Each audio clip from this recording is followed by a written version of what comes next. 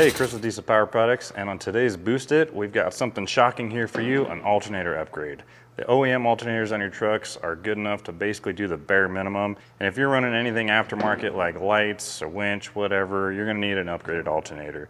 We've got these Mechman alternators here in three sizes, 240 amps, 320 amps, and 370 added amps. OEM is usually around 120 to 140, so definitely a huge upgrade. One thing we would recommend is a heavy-duty alternator cable if you are planning on using a lot of that amperage. These are an awesome upgrade. Uses your OEM belt. You don't need a longer or wider belt at all.